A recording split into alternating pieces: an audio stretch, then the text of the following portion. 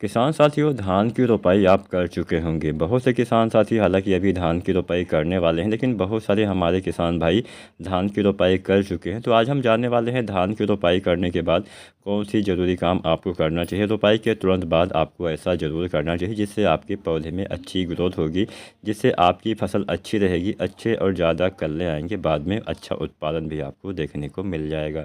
तो चलिए ज़्यादा समय नहीं लेते हैं, यहाँ पे हम 4-5 ऐसी चीज़ें आपको बताने वाले हैं जो धान की रोपाई के तुरंत बाद या फिर रोपाई के समय ही आपको कर देना चाहिए, जिससे आपको अधिकतम लाभ इसका मिल सके। किसान साथियों, अगर आप भी धान की खेती करते हैं तो अगर आपने धान की रोपाई कर दी है तो आप हमें नीचे कमेंट के माध्यम से ये ज़रूर बताएं कि आपकी धान की फसल अभी कितने दिन की हो गई है, यानी रोपाई के बाद अभी कितना समय हो गया है। और आपने इस साल यानी 2023 में आपने धान की कौन सी वैरायटी, कौन सी किस्म लगाया हुआ है, ये भी हमें कमेंट के माध्यम से आप बता सकते हैं, जिससे आने वाले समय में हम उस विषय पर वीडियो आसानी से बना सके। तो चलिए वीडियो स्टार्ट करते हैं, जानते हैं धान की रोपाई के तुरंत बाद आपको क्या करना होता है। किसान साथियों, सबसे पहले तो आपको सभी खादों का इस्तेमाल कर देना है, इस बात का ध्यान रखना है। बहुत बार क्या होता है कि हमारे ऐसे बहुत सारे किसान साथी हैं जो धान की रोपाई के समय खादें नहीं डाल पाते हैं। किसान भाइयों, खाद न डालने की बहुत सारी वजह हो सकती है। कई बार पैसे के अभाव में भी हम खादों का इस्तेमाल रोपाई के समय नहीं कर पाते हैं, तो कई बार खादों की कमी की वजह से भी हम खादों का इस्तेमाल नहीं कर पाते हैं। तो कई बार हम पुरानी सोच की वजह से, परंपरागत खेती की वजह से बहुत से किसान साथी ऐसा भी सोचते हैं कि धान की रोपाई के 15 दिन या 10 दिन बाद ही खादों का इस्तेमाल करना चाहिए।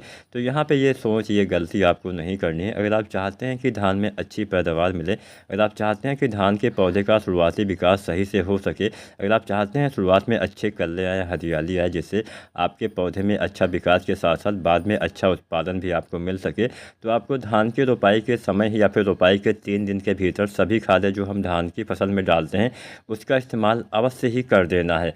अब कई बार हमारे बहुत सारे किसान साथी ऐसा भी सोचते हैं कि मान लीजिए वो 10-5 साल से डीएपी खाद का इस्तेमाल करते आ रहे हैं, मतलब जो किसान साथी बहुत दिनों से भी ऐसा करते आ रहे होंगे।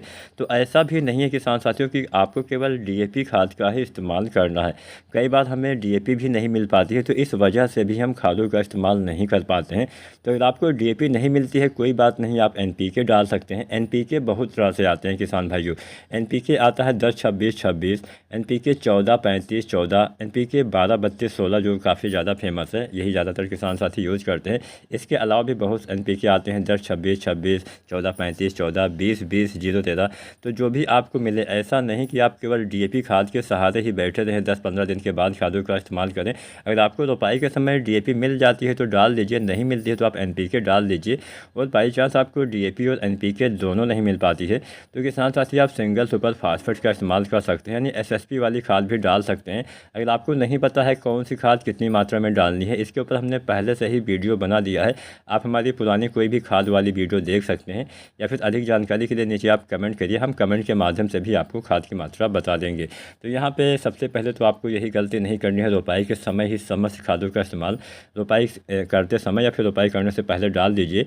और मान लीजिए रोपाई के समय आप ना डाल पाए हों तो 3 दिन के भीतर या फिर अधिकतम 5 दिन का समय आपको लेना है। इससे ज़्यादा समय लेंगे तो आपकी फसल के लिए ही अच्छा नहीं होगा। 3 दिन के भीतर आपकी जो जड़ें होती हैं वो मिट्टी को अच्छे से पकड़ लेती है, मिट्टी में जो भी तत्व होता है उसको ग्रहण करने लगती हैं। तो इसलिए आपको धान की रोपाई के 3 दिन के भीतर या फिर अधिकतम 5 दिन के अंदर सभी खादें जो आप रोपाई के समय डालते हो, डीएपी डालते हो डीएपी डालिए, एनपीके डालते हो एनपीके डालिए, एसएसपी डालते हो उसका इस्तेमाल करिए, कोई ना कोई खाद अवश्य डालिए। अब यहाँ पे केवल डीएपी ही आपको नहीं डालना है, आपको जैसे हम डीएपी डालते हैं तो यहाँ पे नाइट्रोजन और फास्फोरस की पूर्ति हो जाती है, लेकिन यहाँ पे आपको पोटास यानी पोटेशियम की पूर्ति भी करनी पड़ेगी। अब यहाँ पे आप यूरिया जो है आप कोशिश करें रोपाई के समय फिर रोपाई के 1 सप्ताह के अंदर डाल दीजिए। हम धान की फसल में यूरिया जो है वो 3 बार डालते हैं। पहली बार धान की रोपाई के समय या फिर रोपाई के 1 सप्ताह के अंदर डाल देना है, मतलब पहली मात्रा 1 सप्ताह के अंदर डाल देना है रोपाई की। दूसरी मात्रा आपको 20 दिन के बाद, 20 से 25 दिन या फिर अधिकतम 30 दिन, जो कि इसमें बहुत जल्दी तैयार हो जाती हैं, उसमें तो आपको 20-22 दिन पे ही डाल देना होता है। वही मध्यम अवधि वाली वैरायटियों में 25 दिन के आसपास और देर से तैयार होने वाली वैरायटियों में 30 दिन के आसपास आपको डालना चाहिए यूरिया की दूसरी मात्रा। और वहीं यूरिया की तीसरी मात्रा 40-45 या फिर अधिकतम 50 दिन के अंदर आपको डाल देना है, मतलब जो कि इसमें बहुत जल्दी तैयार हो जाती है। उसमें खाद की मात्रा भी और समय भी आपको थोड़ा जल्दी डाल देना है, मात्रा थोड़ा सा कम जरूर हो जाएगी। तो यहाँ पे यूरिया की तो आपने पूर्ति कर लिया, आपने फास्फोरस के रूप में आपने डीएपी का इस्तेमाल कर दिया, फिर एसएसपी या फिर एनपीके डाल दिया। अगर आप एनपीके डालते हैं तो यहाँ पे पोटेशियम जो है वो मतलब कुछ मात्रा की पूर्ति हो जाती है शुरुआती अवस्था में, लेकिन फिर भी आपको पोटास दूसरी बार डालना होता है। यहाँ पे हम पोटास किसान साथियों 2 बार प्रयोग करते हैं। वैसे आप चाहें तो 1 बार भी कर सकते हैं, लेकिन मेरे हिसाब से 2 बार डालना चाहिए। पोटास की आधी मात्रा धान की रोपाई के समय डालना होता है और पोटास की आधी मात्रा धान की रोपाई के 40 दिन के बाद डालना होता है, जो कि इसमें बहुत जल्दी तैयार हो जाती है। वहाँ पे 38-40 दिन पे, जो कि इसमें थोड़ा सा देर में उसमें 45 दिन, मतलब फसल की अवधि के हिसाब से 10-5 दिन आप कम ज़्यादा समय कर सकते हैं। तो यहाँ पे पोटास की आधी मात्रा जैसे जो कि इसमें हमारी देर से तैयार होती है, वहाँ पे पोटास आपको लगभग 40 केजी डालना होता है। तो 20 केजी रोपाई के समय डाल दीजिए और 20 केजी आपको किसान साथियों रोपाई के लगभग मान के चलिए 40-45 या 50 दिन पर डाल देना चाहिए। अब बहुत से हमारे किसान साथी यहाँ पे भी गलती करते हैं, पोटास का इस्तेमाल ही नहीं करते हैं। तो यह गलती आपको भी नहीं करनी है, पोटास खाद अवश्य डालनी है। अब पोटास के साथ साथ बहुत से किसान साथी किसान भाइयों ग्रोथ प्रमोटर का भी इस्तेमाल करते हैं। तो आप सागरिका डाल सकते हैं। सागरिका जो दानेदार रूप में आती है, इसका भी इस्तेमाल अगर आप रोपाई के समय ही करते हैं तभी इसका अधिकतम लाभ आपको मिल पाएगा। तो धान की रोपाई जब आप करते हैं तो उस समय सागरिका जो दानेदार आती है 2 तरह से आती है। एक आती है सागरिका Z++, एक आती है सागरिका गोल्ड। दोनों में से कोई एक ही आपको प्रयोग करना है और एक ही आपको डालना है। लगभग रोपाई के समय ही डाल देना है। जब आप रोपाई के समय जो आप अन्य खादों का इस्तेमाल करते हैं तो उसी खाद में मिला के आप सागरिका दानेदार भी डाल सकते हैं। तो यहाँ पे 10 केजी मात्रा आपको डालनी होती है। 8 से 10 केजी प्रति एकड़ तक आप प्रयोग करते हैं तो अच्छा लाभ मिलेगा। अगर आप शुरुआती अवस्था में नहीं डाल पाते हैं तो 1 सप्ताह या 10 दिन के अंदर आप इस्तेमाल कर सकते हैं। अब कई बार ऐसा भी होता है कि हम रोपाई के समय सागरिका दानेदार नहीं डाल पाते हैं, तो भी आपको ज़्यादा दिक्कत नहीं लेनी है। रोपाई के लगभग 25 दिन के आसपास आप सागरिका जो है लिक्विड रूप में जो आती है, जो सागरिका तरल आती है, इसका इस्तेमाल कर सकते हैं। तो इसकी आपको 250 से लेके 500 ml मात्रा यानी 250 से लेके 500 ml मात्रा प्रति एकड़ तक आपको इस्तेमाल करना होता है। इसका इस्तेमाल आपको धान में 2 बार करना चाहिए। अगर आप सागरिका दानेदार डालते हैं तो 1 बार डालना है रोपाई के समय 10 केजी, और अगर आप सागरिका लिक्विड यानी सागरिका तरल डालते हैं तो इसका इस्तेमाल धान की फसल में 2 बार करना चाहिए। पहली बार इसका इस्तेमाल वही 25 दिन के आसपास करना चाहिए 250 से 500 ml, और दूसरी बार इसका इस्तेमाल धान की फसल में बालियाँ निकलने से पहले गबोड़ अवस्था में आपको इतनी ही मात्रा यानी 250 से 500 ml मात्रा डालनी होती है प्रति एकड़ तक। तो यहाँ पे सागरिका आप डालिए, जिससे अच्छे कल्ले आते हैं, अच्छा फुटाव होता है, बाद में अच्छा पैदावार भी आपको मिलने वाला है। बस एक चीज़ आपको रोपाई के समय गलती नहीं करनी है। हमारे बहुत से किसान साथी ये गलती अक्सर कर देते हैं, अभी भी जानकारी के अभाव में कर देते हैं। हमारे जो किसान साथी न जानते हो वह किसान साथी जान सकते हैं कि धान की रोपाई के समय कभी भी आपको जिंक खाद नहीं डालनी होती है। रोपाई के समय आप कोई ना कोई ऐसी खाद जरूर डालते हैं जिसमें फास्फोरस पाया जाता है, चाहे आपका किसान साथियों DAP हो, चाहे हो NPK, चाहे हो SSP। इन तीनों खादों में जो है वो फास्फोरस की मात्रा पाई जाती है। और फास्फोरस के साथ कभी भी आपको ना तो 33% वाला जिंक का इस्तेमाल करना है, ना ही 21% वाले जिंक का इस्तेमाल करना है। जो जिंक सल्फेट आती है 33% या फिर 21%, दोनों में से किसी भी का इस्तेमाल आपको रोपाई के समय भूल कर भी नहीं करना है। अगर आप करते हैं तो आपकी DAP भी ख़राब हो जाती है, यानी आपका फास्फोरस भी ख़राब हो जाता है और आपका जिंक भी ख़राब हो जाता है। ये दोनों तत्व एक साथ मिलकर एक नया तत्व बना लेते हैं जिसको हम जिंक फास्फेट के नाम से जानते हैं। ये जो जिंक फास्फेट होता है ये अघुलनशील रूप में होता है, अर्थात पौधे इसको ग्रहण नहीं कर पाते हैं, भोजन के रूप में नहीं ले पाते हैं। ये दोनों चीज़ें खराब हो जाती है।